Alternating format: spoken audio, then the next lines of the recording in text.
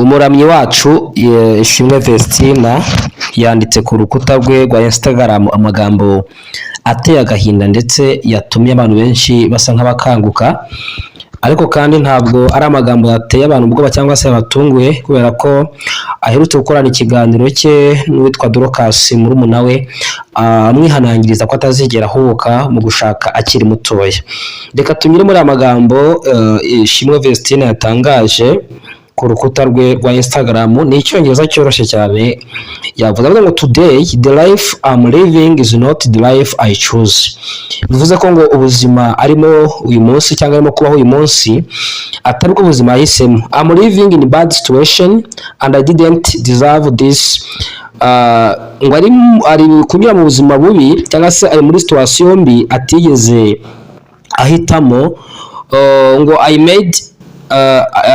I know I made a bad decision in my life but it's okay.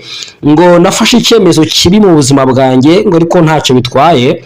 God allows something to happen so we can learn.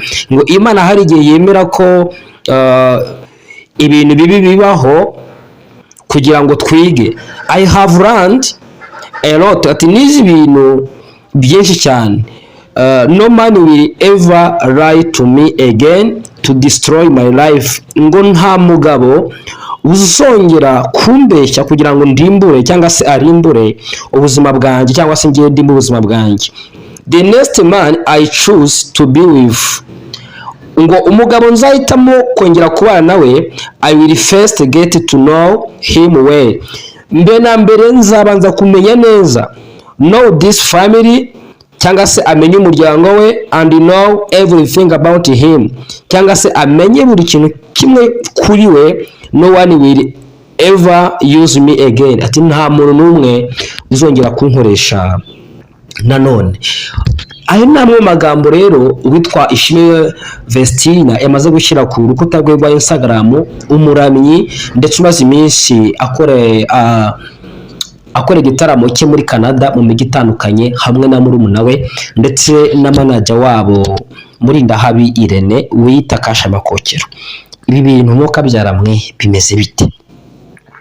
Yavuze ko uyu munsi ubuzima arimo gucamo ntabwo ari bwo buzima yigeze anyuramo, ntabwo ari bwo buzima yigeze ahitamo. Ati ndi kuba muri situation mbi cyangwa se muri condition mbi kandi sinigeze mitamo ibi bintu. Nafashe icyemezo kibi.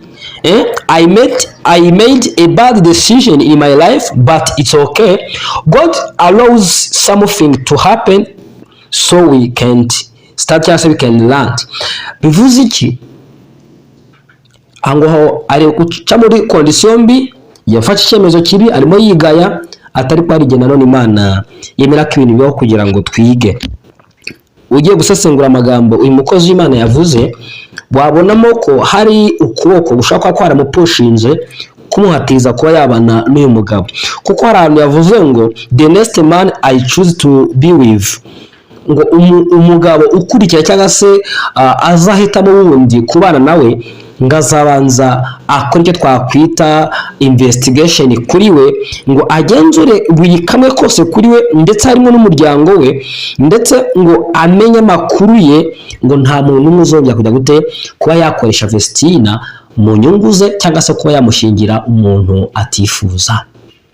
Amakuru ahari nuko Vestina ashobora kuba atwite, ariko kandi ukibaza ibi bintu yanditse ku rukuta rwe ugasanga ni ibintu bigoye cyane. Ni ibitangazamakuru bitandukanye ibintu akomeye hano mu Rwanda byatangiye kuvuga kuri iki kintu, ariko ugiye kureba amagambo ukoze Imana yanditse ubona ko kubana n'uriya Idirisa Odarawogo nkuko byaje bigaragara ku mbuga nkoranyambaga, amagambo ashobora kuba ari mu kuboko gukomeye kwagaragaye mu rushako rwa Vestina ndetse n'uyu mugabo.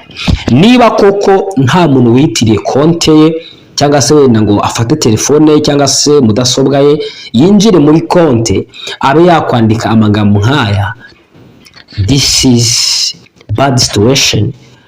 Uyu Vestina koko wa mugani ashobora kuba arimo uyu munsi, biratangaje kandi aho nganditse like ndetse na subscribe, hanyuma tujye tubana umunsi ku munsi. Ese ku giti cyawe wumvishe aya magambo Vestina yatangaje ku rukuta rwe rwa Instagram, urabona hari bukurekire hiki? Reka ndagusomera mu cyongereza ntanyuzemo maze nawe wiyumvire. Today the life I'm living is not the life I chose. I'm living in a bad situation and I didn't deserve this. I know I made a bad decision in my life, but it's okay. God allows something to happen so we can learn.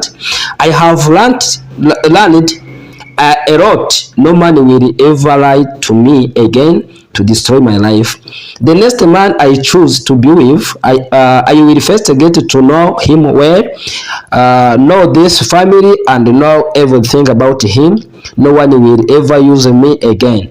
Ayo magambo rero witwa Vestina cyangwa se Ishimwe Vestina uririmbana na Dorcas yamaze gutangaza ku rukuta rwe rwa Instagram, n'amagambo atari kuvugwaho rumwe n'abantu batandukanye ku mbuga nkoranyambaga. Mu by'ukuri niki cyabaye? Ese uyu muramyi yaba uyu muramyi? Hari n'abandi bakomeje kubihuza n'uburyo Ishimwe Vestina yakuze ari umukobwa udashobora kuba yakwisukisha cyangwa se atari umukobwa ushobora kuba yagaragara nkaho atari umwadeperi wuzuye. Nyuma murabizi ko yaje kubivamo agatangira kwisukisha, agatangira kwitwara mbega nk'abandi bantu batagendera ku mahame ya ADEPR, ndetse aza no kuva muri ADEPR ntibyavugwaho rumwe n'abantu kugenda bavuga ati se koko ibira bintu byose wasanga hari ukoko wenda kwari kubira inyuma, wasanga hari amategeko wenda ashobora kuba yarabiri inyuma, cyane ko mu minsi ishize yakoreye ikiganiro avuga ko murumuna we ngo yifuza ko ataba ari umwe mu bantu bashaka byihuse. Ati namukubita, sinshaka ko murumuna wanjye azashaka akiri mutoya, atazabanze atuze, kandi ntabwo nzapfa kwemera ko ashaka umugabo uwo ari we wese kuko murumuna wanjye ndamufuhira. Nyuma y'ibyo rero dore amagambo yatangaje. Ubu aya magambo yasesenguye wasanga yamaze no gutandukana n'umugabo we, kuko ntabwo yakwandika amagambo akiri kumwe n'umugabo we. Ese babapfuye biriya bonda byo kwa yaragiye agatinda hariya hanze muri Canada? Sinzi ikibazo wenda cyashobora ko cyavutsemo, ariko mukomeze mu musabire, abasenga musengere Vestina. Ntabwo byoroshye. Niba avuga ko umugabo azahitamo gushaka wundi, azabanza akamugenzura akamenya imico ye, ni ibintu bitangaje. Vestina ashakanye n'umugabo wo muri Burkina Faso, ndetse umugabo bagiye bavuga ko ashobora kuba abana n'ubumuga bwo kuguru kwaracitse, bamwe bati ni umusirikare, ibintu nk'ibyo, ariko kandi ngo umukiri ufite amafaranga. Mu by'ukuri n'iki ushobora kuba cyarabaye kuri Vestina mu gihe yari mu rushako rwe, cyane ko nta n'amezi rwose ageze nko muri 5 cyangwa se umwaka, wenda sinibuka neza, ariko nta mwaka uragera Vestina ashatse. Ibi ni ibiki banyarwanda? Subscribe, like, hanyuma tujye tubana umunsi ku munsi. Ciao ciao.